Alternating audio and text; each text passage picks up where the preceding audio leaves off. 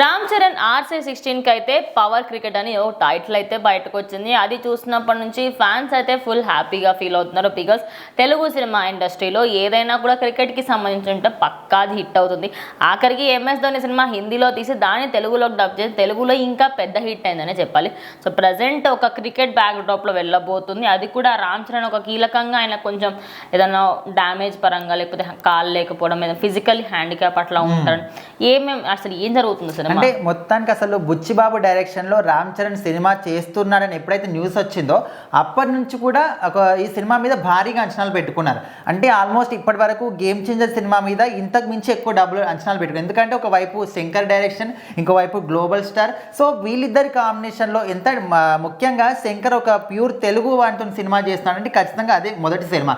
కాకపోతే అంత భారీ అంచనాలు పెట్టుకున్నప్పటికీ ప్రేక్షకులని మాత్రం అంతగా ఆకట్టుకోలేకపోయింది. ఎందుకంటే అది స్టార్టింగ్ డే నుంచే నెగిటివ్గా ప్రచారం చేయడం కావచ్చు, కొంతమంది కావాలని చేయడం కావచ్చు. సో ఏదేమైనప్పటికీ సినిమా మాత్రం ఫ్లాప్ అయింది. కాబట్టి సో నెక్స్ట్ రాబోయే సినిమా మీద అంటే ఈ RC16 మీద ఎక్కువగా అంచనాలు పెట్టుకున్నారు. బుచ్చిబాబు మీద ఇంకా ఎంత నమ్మకం పెట్టుకున్నారంటే ప్రతి ఒక్క మెగా ఫ్యాన్ కూడా ఇక మాకు దిక్కు బుచ్చిబాబేరా బాబు అనే స్టేజ్కి మాత్రం సో ప్రజెంట్ అందరూ కూడా ఆ విధంగా నమ్మకం పెట్టుకున్నారు. ఎందుకంటే ఆయన ఫస్ట్ సినిమానే, ఆయనగా కొత్త వచ్చిన డైరెక్టర్, అందులో హీరో కొత్త వాడే, హీరోయిన్ కొత్త వాళ్ళే. సో ఉప్పెన సినిమా అంటే ముగ్గురికి కొత్త సినిమా అయినప్పటికీ ఫస్ట్ సినిమా అయినప్పటికీ మంచి హిట్ సాధించారు. సో ఇప్పుడు నెక్స్ట్ సినిమా రెండో సినిమానే గ్లోబల్ స్టార్ రామ్ చరణ్తో చేయబోతున్నాడు.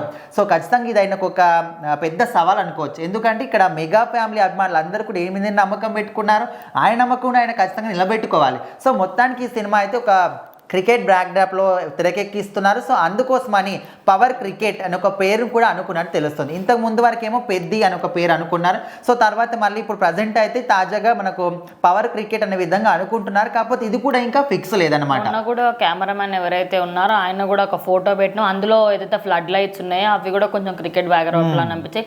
అండ్ అదే కాకుండా ప్రజెంట్ ఈ సినిమాకి సంబంధించి చాలానే అప్డేట్స్ వస్తున్నప్పటికీ కూడా ప్రజెంట్ ఈ పవర్ క్రికెట్ అని వినగానే ఫ్యాన్స్ అయితే కొంచెం ఎక్కువనే హ్యాపీగా ఫీల్. సో 27th మార్చ్ రోజు మాత్రం అఫీషియల్గా ఆయన ఒక చిన్న పోస్టర్ అయితే రిలీజ్ చేస్తారు, పక్కా రిలీజ్ చేస్తారు. లేకపోతే ఫ్యాన్స్ ఆయన మీదకి వెళ్తారు ఖచ్చితంగా. సో ఆయన బర్త్డే సందర్భంగా ఈ సినిమాకి సంబంధించి కూడా ఏమైనా పోస్టర్ బయటకు వస్తుందో చూడాలి.